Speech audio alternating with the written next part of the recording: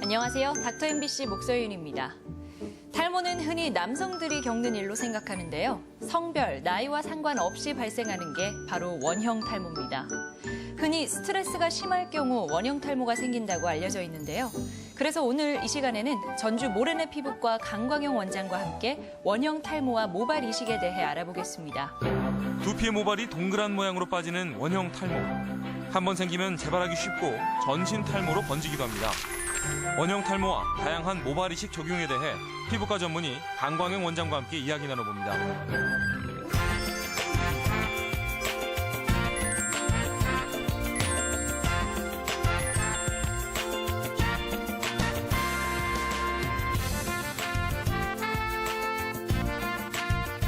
안녕하세요. 안녕하십니까. 네. 오늘은 원형 탈모에 대해서 알아보는데요. 예. 원형 탈모의 원인은 뭔가요? 예, 원형 탈모증은 자가 면역 질환이라고 할 수 있습니다. 보통은 자기 본인의 머리를 본인으로 인식하기 때문에 어떤 탈모를 일으키지는 않습니다. 네. 이러한 자가 면역 질환이라고 하는 것은 본인을 남으로 인식을 하게 되는 거죠. 그래서 남이라고 생각되는 부분들을 공격을 하게 됩니다. 네. 그래서 흔히 우리 몸에서는 가시에 찔리거나 또는 아주 작은 박테리아나 바이러스에 감염이 돼도 우리 몸에서 반응을 하게 됩니다. 네. 그래서 이러한 자기 몸을 지키려는 것이 면역이라고 할 수가 있는데 원형 탈모증에서는 자기의 머리를 남으로 오인해서 공격을 하게 됩니다. 그래서 이때 빠지게 되어서 나타나는 것이 원형 탈모증이라고 할 수 있는 거죠. 네. 그러니까 본인의 머리카락이 이제 남의 머리카락이라고 인식이 되면서 머리카락이 빠지기 시작한다는 건데요. 예. 근데 왜 원형 탈모는 부분 탈모가 많은 건가요? 예, 일반적으로 나타나는 것이 동전 모양으로 나타나기 때문에 원형 탈모증이라고 합니다. 네. 하지만 이러한 원형 탈모증들이 여러 개가 모이게 되면 보다 더 큰 면적의 탈모가 일어나게 되고 경우에 따라서는 전신성 탈모로 되기도 합니다. 그래서 머리에서만 나타나는 게 아니라 겨드랑이라든지 다른 부위의 머리카락도 역시 공격을 받아서 네. 되게 됩니다. 네. 그럼 원형 탈모하고 일반 탈모를 같은 유형으로 봐도 되는 건가요? 예, 탈모라고 했을 때는 증상이 같이 나타나게 되지만 네. 조금씩 나타나는 증상이 차이가 있습니다. 네. 원형 탈모증 같은 경우는 공격받은 머리들이 부러지게 됩니다. 네. 그래서 부러지기 때문에 부러진 뒤에 빠진 머리 이 부분을 보면은 매끈하게 보여지게 되는 거죠. 네. 그래서 이러한 원형 탈모증의 부위를 만져보면 매끈한 걸 알 수가 있고요. 흔히 말하는 남성형 탈모 또는 여성형 탈모도 탈모에 똑같이 들어가긴 하지만 원인 자체가 좀 다르게 나타나고요. 네. 원인이 다르고 또한 증상도 다르게 나타납니다. 원형 탈모증이 탈모 부위가 매끈한 반면에 남성형 탈모나 여성형 탈모는 기존의 머리들이 점점 가늘어져서 이 부위에 이러한 탈모처럼 보여지게 됩니다. 네. 원인도 다르다고 하셨잖아요. 예. 그러면은 남성형, 여성형 탈모하고 원형 탈모의 원인의 차이는 뭔가요? 예, 원형 탈모증은 앞서 말씀드린 대로 자가 면역 질환이라고 네. 할 수가 있고요. 남성형, 여성형 탈모는 유전에 의해서 발생하게 됩니다. 그래서 이러한 탈모에 영향을 받는 그런 질환을 가진 남성형 탈모, 여성형 탈모를 가진 경우에는 네. 점차적으로 머리가 주기가 짧아지게 되고 네. 또한 가늘어져서 우리 눈에는 실제로 없어 보이는 그럼으로써 탈모처럼 보이게 됩니다. 네. 일반 탈모와 원형 탈모의 차이점에 대해서 이야기해 주셨는데요. 예. 그럼 원형 탈모증이 있을 때 치료는 어떻게 하나요? 예, 기존의 남성형 탈모나 여성형 탈모에 비해서 치료가 쉽다고 볼 수가 있습니다. 네. 이러한 원형 탈모증이 있을 때는 바르는 약을 1차적으로 쓰기도 하고 병변 부위에 주사를 놓음으로써 치료가 잘 되게 됩니다. 네. 또한 치료 후에도 기존의 본래의 머리 그 굵기라든지 형태로 돌아갈 수가 있습니다. 네. 원형 탈모가 있어도 그럼 모발 이식이 가능한가요? 예, 원형 탈모증이 있을 때 현상으로 보면 탈모가 있기 때문에 네. 이 부위에도 머리를 심을 수 있지 않나 이런 네. 생각을 하는 경우가 많아요. 그렇지만 이런 원형 탈모증에서는 치료를 하게 되면 정상적으로 되기 때문에 이 부위에 모발 이식을 하지는 않습니다. 하지만 원형 탈모증이 보통은 6개월, 3개월 정도 치료 후에 3개월 정도 후에는 치료 효과가 나타나기 때문에 네. 이런 경우에는 모발 이식을 하지 않지만 경우에 따라서 시간이 많이 경과한 원형 탈모증의 치료를 오래 해도 탈모의 어떤 반응이 탈모 치료 효과가 나타나지 않는 경우에는 네. 이 부위에도 모발 이식을 할 수가 있습니다. 그럼 원형 탈모가 영구적인 탈모로 이렇게 바뀔 수도 있는가 보네요. 원형 탈모증이 영구적인 경우는 영구적이라고 할 수는 없지만 네. 경우에 따라서 치료가 잘 안 되는 경우도 있습니다. 그래서 전신성 탈모라든지 이런 경우에는 치료를 해도 효과가 나타났다가 또 빠지고 네. 그런 경우가 있고요. 예. 경우 드물게는 이러한 치료에 반응을 하지 않아서 아주 오랫동안 네. 탈모 상태로 지내야 되는 경우도 있습니다. 그럼 이런 분들에 한해서는 모발 이식도 가능하다는 말씀이시죠? 예, 이제 사실 이런 원형 탈모증이 있을 때 치료가 안 되는 분들은 기존에 저희가 모발 이식을 할 때는 탈모가 진행되지 않는 부위에서 머리를 채취하게 되는데 네. 원형 탈모증이 심한 경우에는 머리가 다 빠져 있기 때문에 모발 이식을 할 수가 없습니다. 부분적으로 치료에 대한 반응을 하지 않고 예. 작은 면적일 경우 오랜 치료에 반응하지 않은 경우에는 이 부위에 모발 이식을 할 수 있지만 치료에 반응하지 않고 어떤 채취할 수 있는 머리가 없을 때는 모발 이식이 불가능하게 됩니다. 네, 그럼 상황에 따라서 또 다르겠네요. 예. 네, 그럼 남성형이나 여성형 탈모일 때는 모발 이식을 하잖아요. 예. 네, 이런 경우에는 어떻게 치료를 보통 많이 하나요? 남성형 탈모나 여성형 탈모 치료는 가장 쉽게는 이제 바르거나 먹는 약으로 접근을 하게 됩니다. 그 다음에 좀 더 적극적인 방법으로 모발 이식이라는 수술적인 방법을 쓰게 되는데 네. 먹고 바르는 약에 비해서 효과가 조금 더 빨리 나타나게 되고 네. 채취한 부위가 탈모가 진행되지 않는 부위에서 채취를 하기 때문에 옮겨 심어진 머리들이 이 탈모 부위에서 영구적으로 자란다는 것이 기존에 바르고 먹는 그런 치료와 차이점이라고 할 수 있습니다. 네. 최근에는 눈썹이 숱이 적어서 예. 눈썹 문신을 하는 분들도 꽤 많이 늘어났던데요. 예. 눈썹 같은 부위에도 모발 이식이 가능한가요? 예. 남자들인 경우나 여자들인 경우에서도 눈썹이 적으면 네. 본인이 조금 더 약하게 보이고 좀 더 얼굴이 선명하지 않다고 생각을 하는 경우가 많습니다. 네. 그래서 예전부터 여자분들은 눈썹 문신을 많이 했죠. 네. 최근에는 남자분들도 이러한 눈썹이 약할 때 문신을 많이 하는 경우가 있습니다. 네. 하지만 이런 그 눈썹에 문신을 하게 되면 마치 종이 위에 그림을 그린 것과 같이 조금 어색하게 보여지게 됩니다. 네. 그래서 이 부위에 저희가 모발 이식을 하게 되면 기존의 그 눈썹의 형태도 갖추게 되고 볼륨감을 갖는다는 것이 이러한 모발 이식의 장점이라고 할 수 있습니다. 네. 사고나 화상 때문에 흉터가 있어서 그 부위에 모발이 자라지 않는 부분도 있잖아요. 예. 네. 그런 분들은 어떻게 모발 이식을 받을 수 있나요? 예, 역시 마찬가지로 정상적인 탈모가 있을 때처럼 모발을 채취해가지고 이 부위에 흉터 부위에 옮겨 심게 됩니다.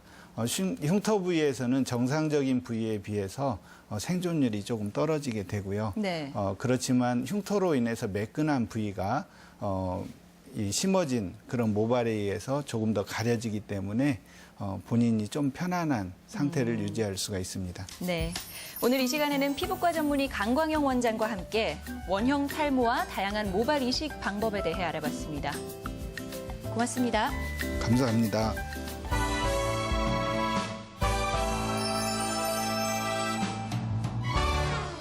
봄에는 야외 활동도 많아지고 운동을 적극적으로 할 의욕도 솟아나죠.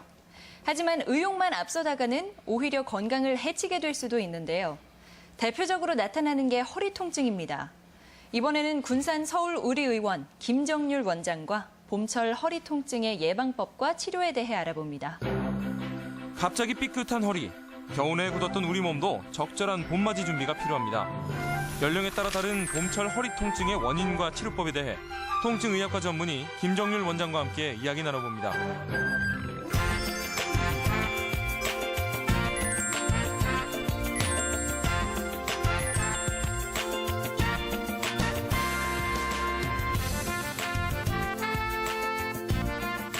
안녕하세요. 안녕하세요. 네.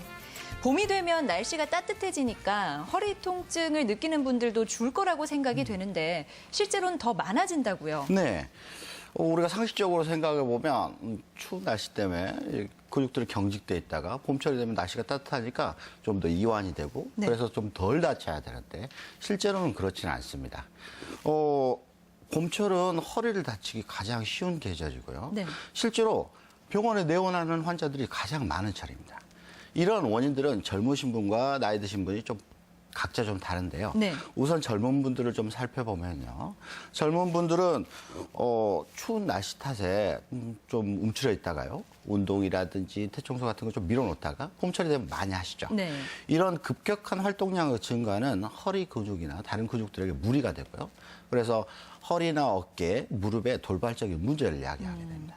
그중 가장 중요한 요소는 우리가 의욕만 앞세워서 출발했던 운동입니다. 네. 우리 건물이 기초가 좀 튼튼해야 무너지지 않듯이 네. 갑자기 생각 없이 그냥 이 운동해볼까 하고 시작한 운동들이 허리 근육이나 건강을 손상시키는 경우가 많죠. 네.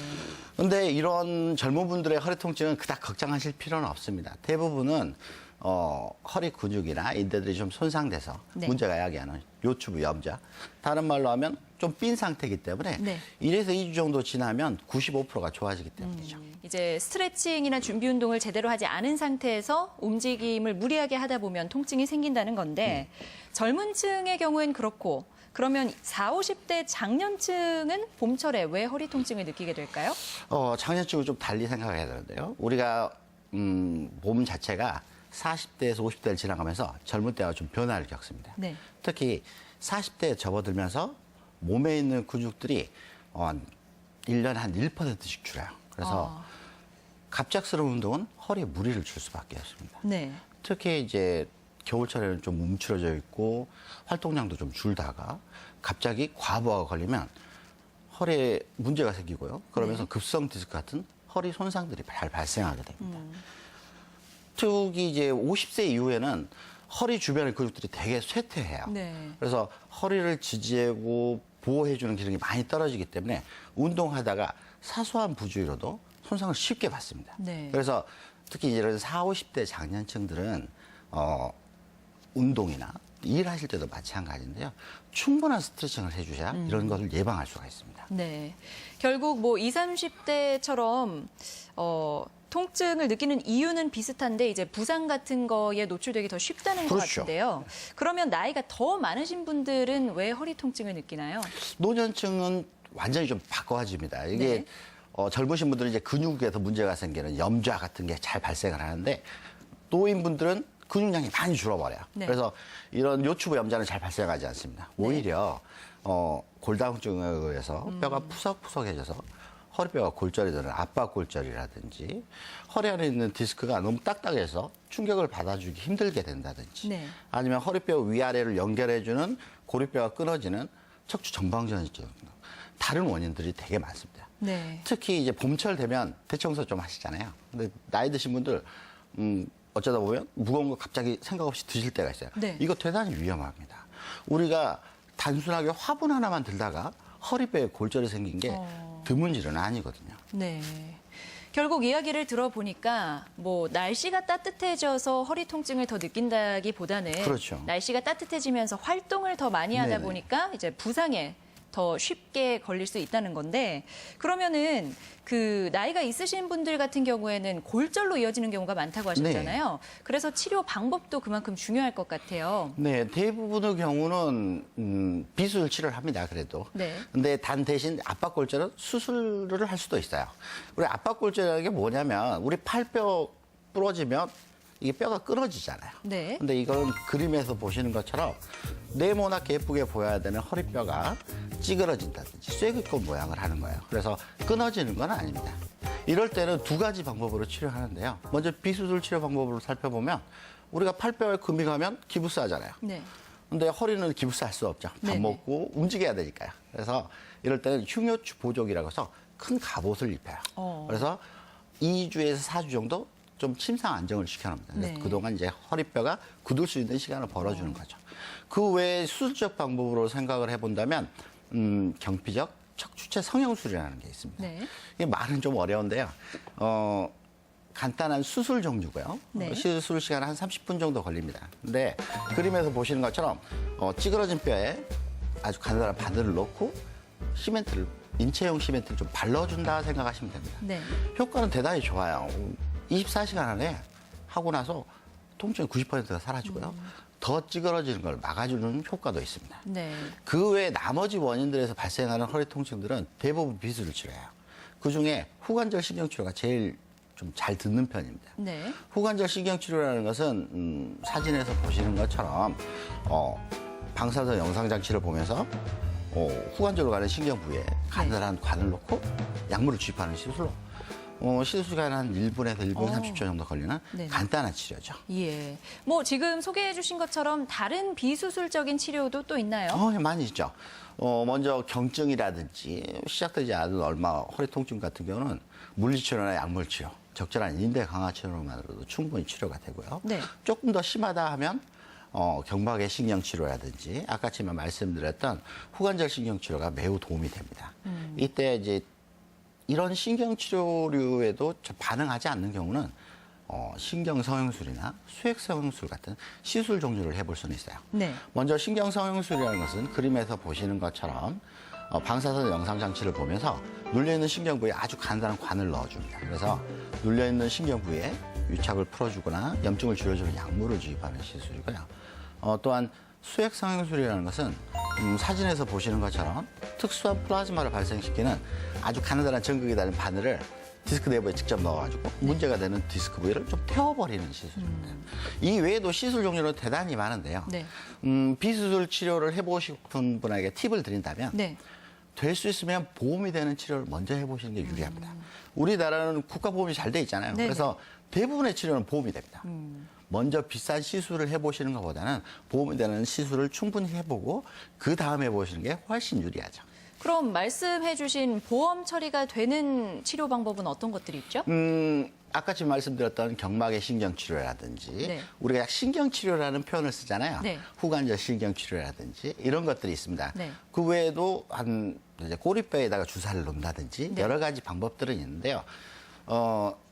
보험이 되는지 안 되는지 여부는 병원에 문의하시면 금방 다 가르쳐줘요. 네, 알겠습니다. 또 봄철 요통을 예방할 수 있는 생활 습관이나 관리 방법이 있겠죠? 네, 가장 중요한 것은 적절한 스트레칭 운동입니다. 적절한 스트레칭 운동이라는 것은 팔 좀 흔들어주고 발목 좀 돌려주는 게 스트레칭 운동이 아니라요. 네. 온몸에 땀이 조금 날 정도 운동량이 많아야 된다는 의미입니다. 젊으신 분들이 봄철에 허리 통증이 좀 있다면 초기에는 2, 3일간 침상 안정을 꼭 취해 주시고요. 네. 초기에는 냉찜질을 해주고 2, 3일이 지나면 온찜질을 해주시는 게 좋습니다. 네. 그 다음에 간혹씩 반신욕들을 해주면 근육을 풀어주는데 큰 도움이 되죠. 나이 드신 분들은 조심하셔야 될 게 주저앉거나 넘어지거나 그 다음에 무거운 걸 들지 않도록 주의하셔야 됩니다. 그리고 우리 국가 건강검진 하실 때 골다공증 검사도 꼭꼭 해주시는 게 좋아요. 네. 그래서 자기 뼈 나이가 자기 나이보다 더 많은 건지 정확하게 알고 치료하시는 게 좋습니다. 그리고 가장 중요한 것은 이러한 봄철이나 허리 통증들이 2주 이상 지속하면 이거는 좀 다른 거다 생각하시고 병원에 내원하셔서 원인을 꼭 체크해 보셔야 됩니다. 지금까지 통증의학과 전문의 김정률 원장과 함께 봄철 허리 통증의 예방법과 치료에 대해 알아봤습니다. 고맙습니다. 감사합니다. 봄이 되니 시장마다 여러 봄나물을 볼 수 있죠. 지금이 아니면 못 먹는 봄나물, 건강에도 아주 좋은데요.